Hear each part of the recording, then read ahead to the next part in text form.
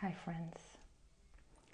The topic that we're going to start uncovering today is the ego's traps when it comes to healing your mother wound and the soul's perspective on the mother wound.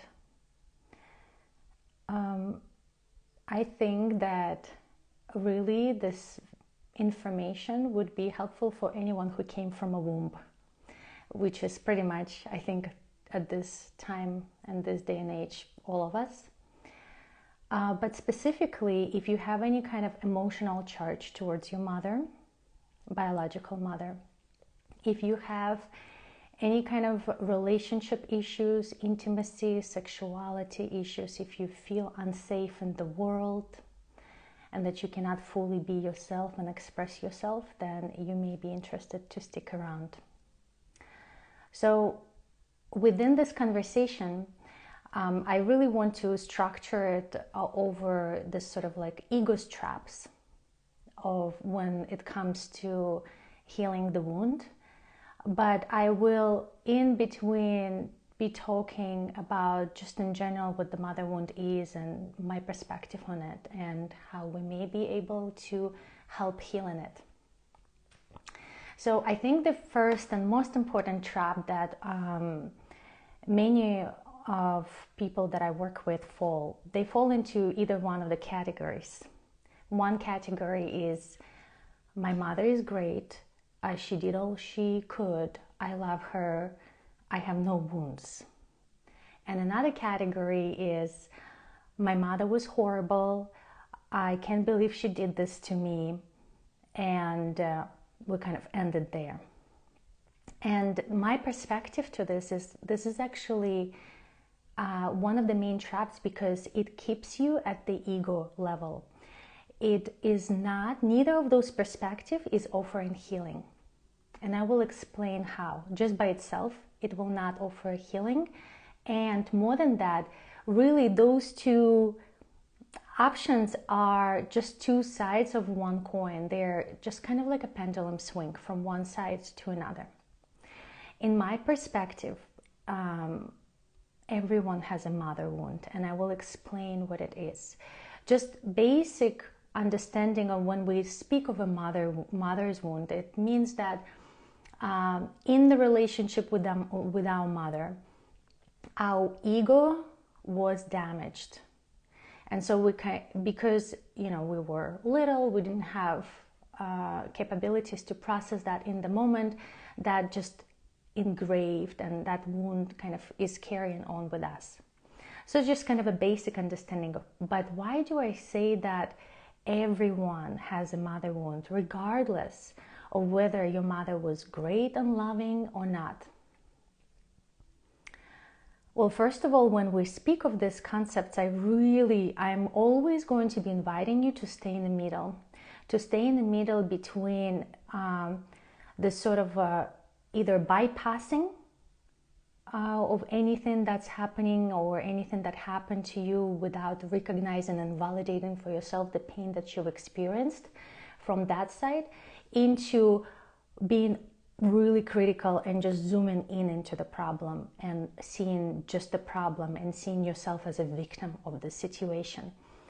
The healing will always come at the 0 point, in the place of neutrality, and that I will hopefully be sort of guiding you to understand and see more for yourself what the choice is for you, the third option. When it comes to our mother, she is our world, she's our everything when we're in her womb. She's all we know. We are being literally loved unconditionally, meaning that everything is provided to us when we need it. Everything that we don't need is being taken away from us, and we have this mutual relationship that is just pure based love, right? We don't need to perform. We don't need to be a particular way when we're in our mother's womb to receive the love, the nurturance, the support, the protection, the resources. And that is our happy place. And that is where we feel most, of course, right? That's where we are in our natural flow and in this place of the world is great. Even if there is any kind of underlying anxiety that the mother has, of course, there's layers to it. But still, this is this is the safest place and the only place we know. Our mother is our love, is our everything. It's the first person with whom we develop a relationship. So clearly, if anywhere on the journey we don't feel safe, the relationship is not building very well, we are sort of bringing that pattern into our life, into the future. So when it comes to the birthing experience, it's already traumatizing for a child. It's painful, it's uncomfortable, you're going into a completely, like you going into the world that you don't know, right? And then when you come out, we of course know many traumatizing experiences, but even the most nurturing and safe way of birthing is still traumatizing for the child because they are being separated from everything they know. And now it's in a different way, right? It's kind of outside. And now they need to, like that little being need to readjust to a whole new world.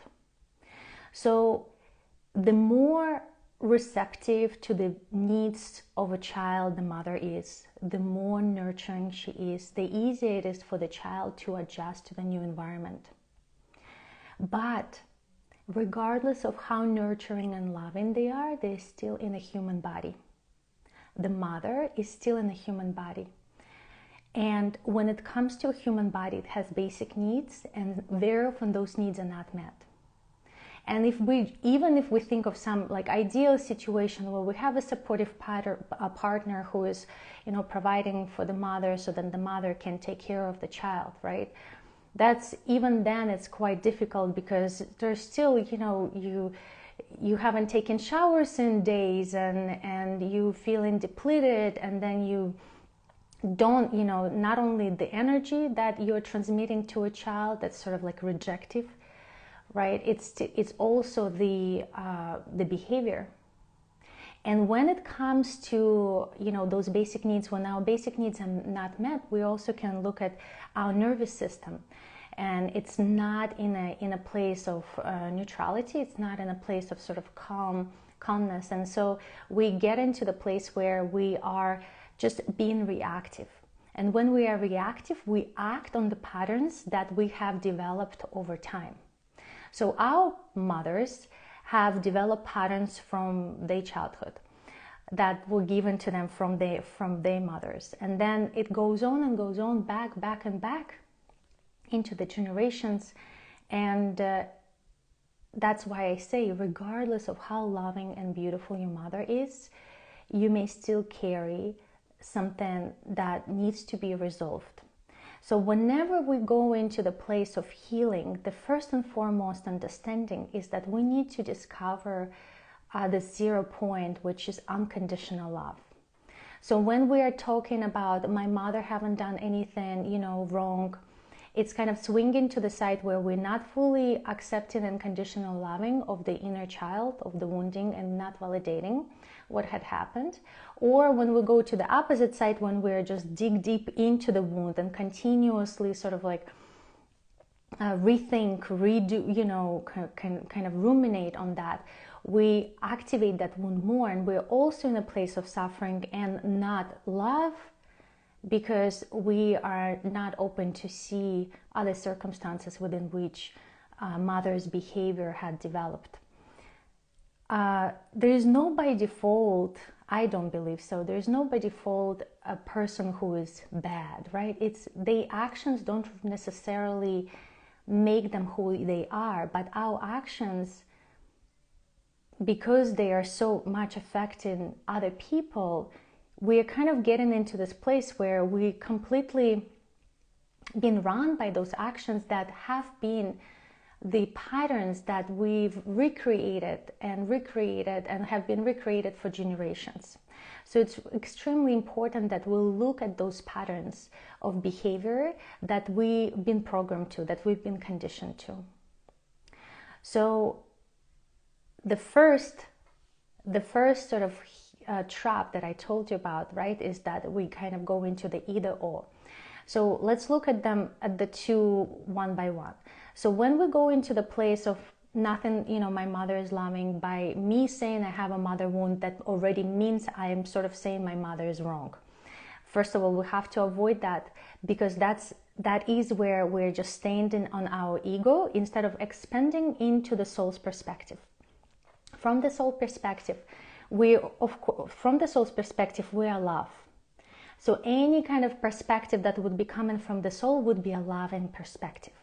So if there is any kind of criticism, is a sign that it's from the ego, and ego is always limiting, and ego will always bring more suffering if it's not being led by the soul.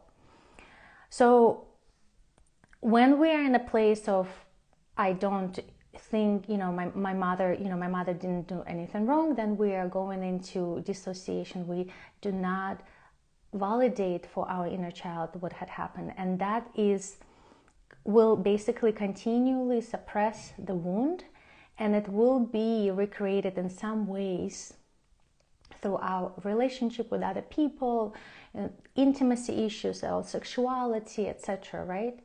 And then when we go into the place of when she was like such a horrible person, we're not allowing ourselves to see the wisdom to come out from that victimhood mentality, to see the wisdom of why this was the situation for me.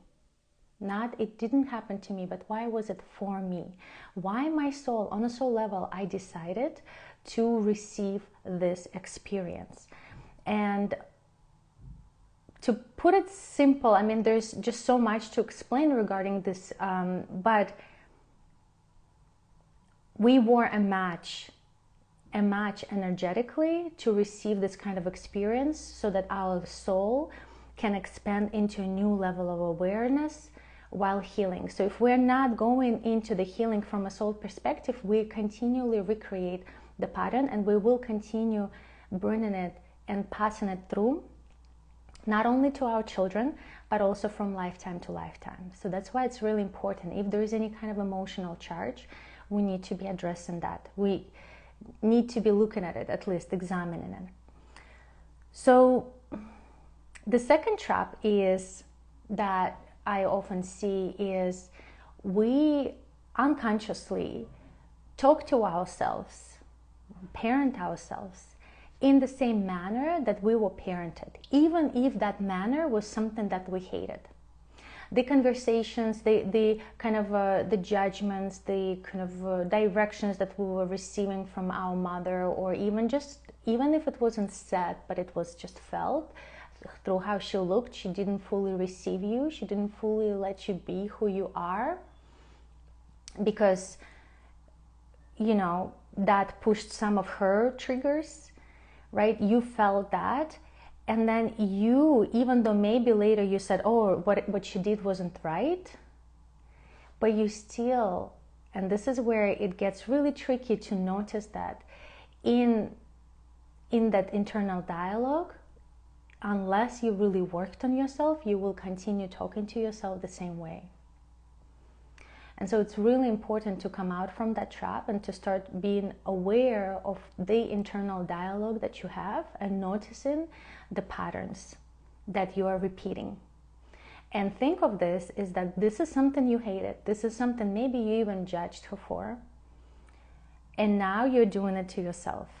So how can you be expecting from her, a change if you already the one who is in control, sort of, right? And still not changing.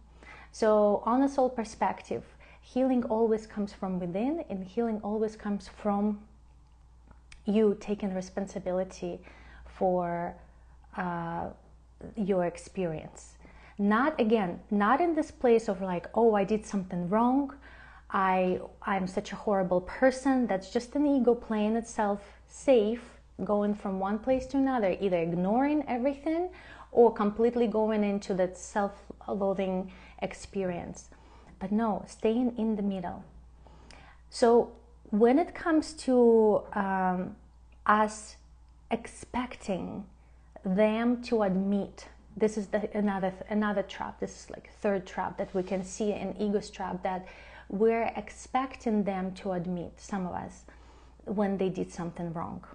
And if they don't, we get into the place of resentfulness, and it's just such on a physical level that it's really hard to move past it. But from a soul's perspective, we would see that actually our desire to admit something, our ego's desire for them to admit something where they weren't right, is actually our desire to see that for ourselves, to admit it for ourselves, and to develop that nurturing connection from between, say, your inner adult and your inner child. So it's also understood from a soul's perspective that, again, this is not a circumstance that I was just put against my will. I have somehow called in this experience, and in my work we understand deeper of why, because it's very specific to each person, and it may be hard for you to understand why, but you can kind of tune in and see whether you trust that this is the case, that you are at the center of that experience. You called in that experience. You were a match for this kind of mothering, not because you're wrong, not because you need to be punished, nothing like that, but there's some wisdom for you to expand into a greater state of love. So in this case, you also trust that whatever your mother's soul's choice is right now, and her free will, right? We respect the free will. And maybe it's not on their path, not because they're retarded, not because they're unevolved or whatever, because that's also ego's judgment. Even if it's the spiritual ego, it's still the ego's judgment. But it's just that understanding is that they soul, for whatever reason, we don't have to understand, is choosing to have this experience. And sometimes we can find some sort of a hypothesis of why this may be, and it can help the ego to sort of relax into the situation. But it's not necessary. But what's necessary is to understand that they are not supposed to do anything specific to tend to your wounded ego right now. And it's harsh, it's difficult to move past that, and but it's possible, and it usually requires some kind of additional support and work.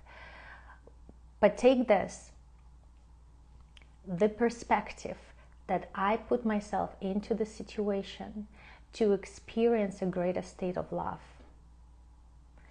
Through this discomfort, if you won't experience a greater state of love if you don't come out of the wound, if you don't come out of the wounded ego. That's why it's so important to kind of bring yourself out to the perspective of the soul, so that the love of the soul can actually flow and bring the healing to the wound and bring some insights and some resolutions.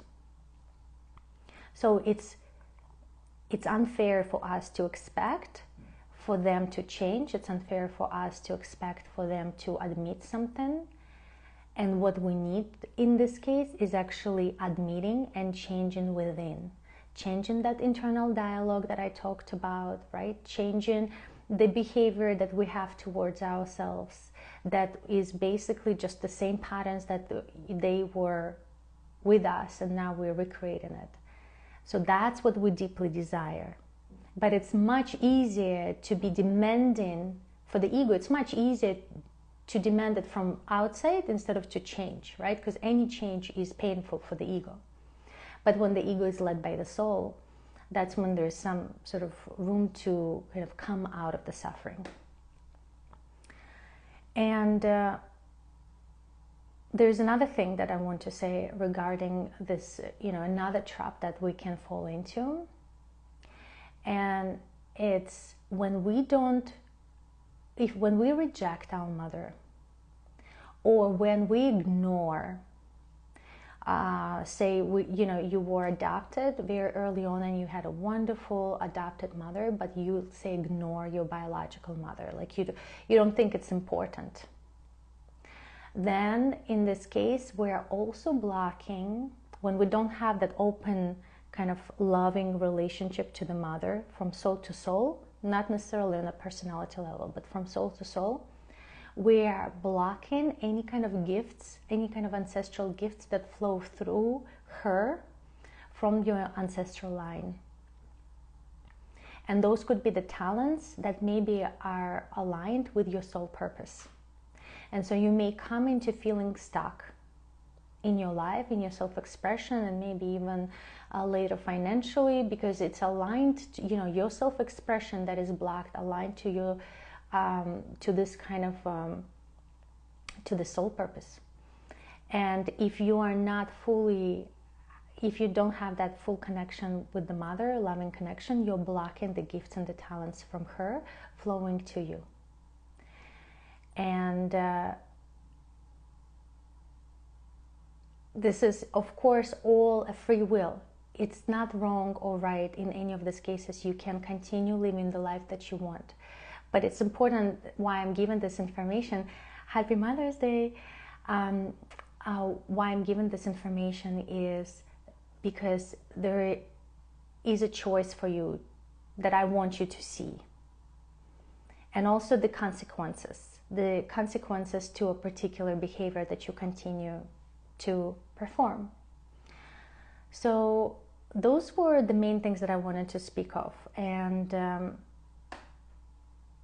again, our mother is our everything. So any kind of desire for intimacy, I really believe that desire for intimacy is primary. Desire for unconditional love is the primary desire that we all have, that everything else, our competition, our desire to recognition comes later, because we're craving that original love. We're craving that unconditional love. And practically, this is an important sort of summary. Practically, what unconditional love means is this. I already said that it's while we're in the body, while we're in the physical form, unconditional love is very, very hard to practice. And it doesn't mean, unconditional love doesn't mean I'll take, whatever you do to me, I don't care, right? I'll tolerate that. Unconditional love means the love of the soul, being able to channel through the wounds of the ego. And how does it look? It's when we're able to expand our perspective from good or bad into the perspective of the soul, where is the wisdom in this? How is there's greater love in this seemingly challenging, painful, traumatic, horrific situation? And there is love in all of it. And that's very hard for us to accept. And when it comes to soul healing, this is kind of the work that I do, right? I'm kind of bringing you between, moving you between the ego and your soul. And that's where the soul healing comes in. It's certainly, it's a shortcut healing, but it requires such a great level of responsibility and fierce love, as I call it, that it's a level of openness, of your consciousness, that very few are able to handle that. But if you are in this right now, if you're listening to this so far, then there may be something for you there, and your consciousness is ready to move beyond just this kind of pendulum swing of the ego into this new level of unconditional love from the soul, when you're able to see the wisdom of any situation and receive love from any situation that happened. When you do see that wisdom, the emotional tide is unlocked.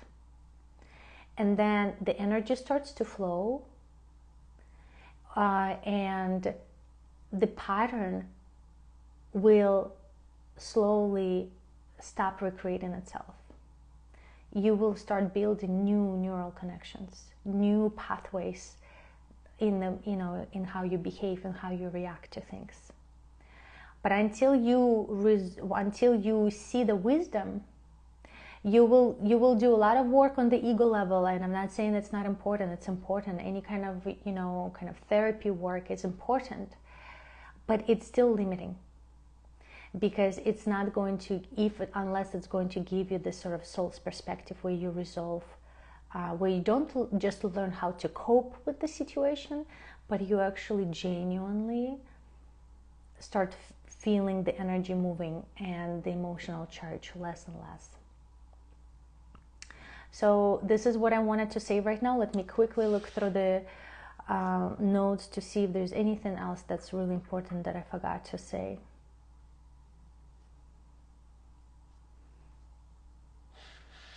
I think that's all. I think that was plenty for now. There is just, of course, so much more that I can speak of, and I encourage you to either send me your questions directly to my DM, or if you want to, you can write them under this in the comments, and I can, if there will be any questions, I can address them in my future streams. And this is just so you know, this is the work that we do. This is the work that, I'm kind of giving you the roadmap, but it requires a lot of diligence, and it's oftentimes an uncomfortable place that we usually don't want to go. But at the same time, when there's just so much discomfort in the present moment regarding, we desire more intimacy, we feel our sexuality is blocked, we can't build long-lasting relationships, we can't feel safe in the world, we don't feel like, we can just be ourselves. That all comes from this original wound of the mother wound. So, and when one becomes more challenging than another, then we just choose, the path. We choose the path of facing the ego wounds and taking responsibility for all of it. And it's a beautiful journey. It's like Phoenix rising. So it's not to be afraid of. It's greater love that is trying to embody this physical limited experience. On this note, I will send you with a lot of love, and happy Mother's Day to all the mothers. And this is a beautiful time in this, on the planet that we are in, where we have so many more resources, where we can really uproot some deep intergenerational patterns. We can uproot some deep, patterns that we carry from lifetime to lifetime. And I trust that you're on that path, and that you're doing all you can to expand into this greater state of love. Thank you.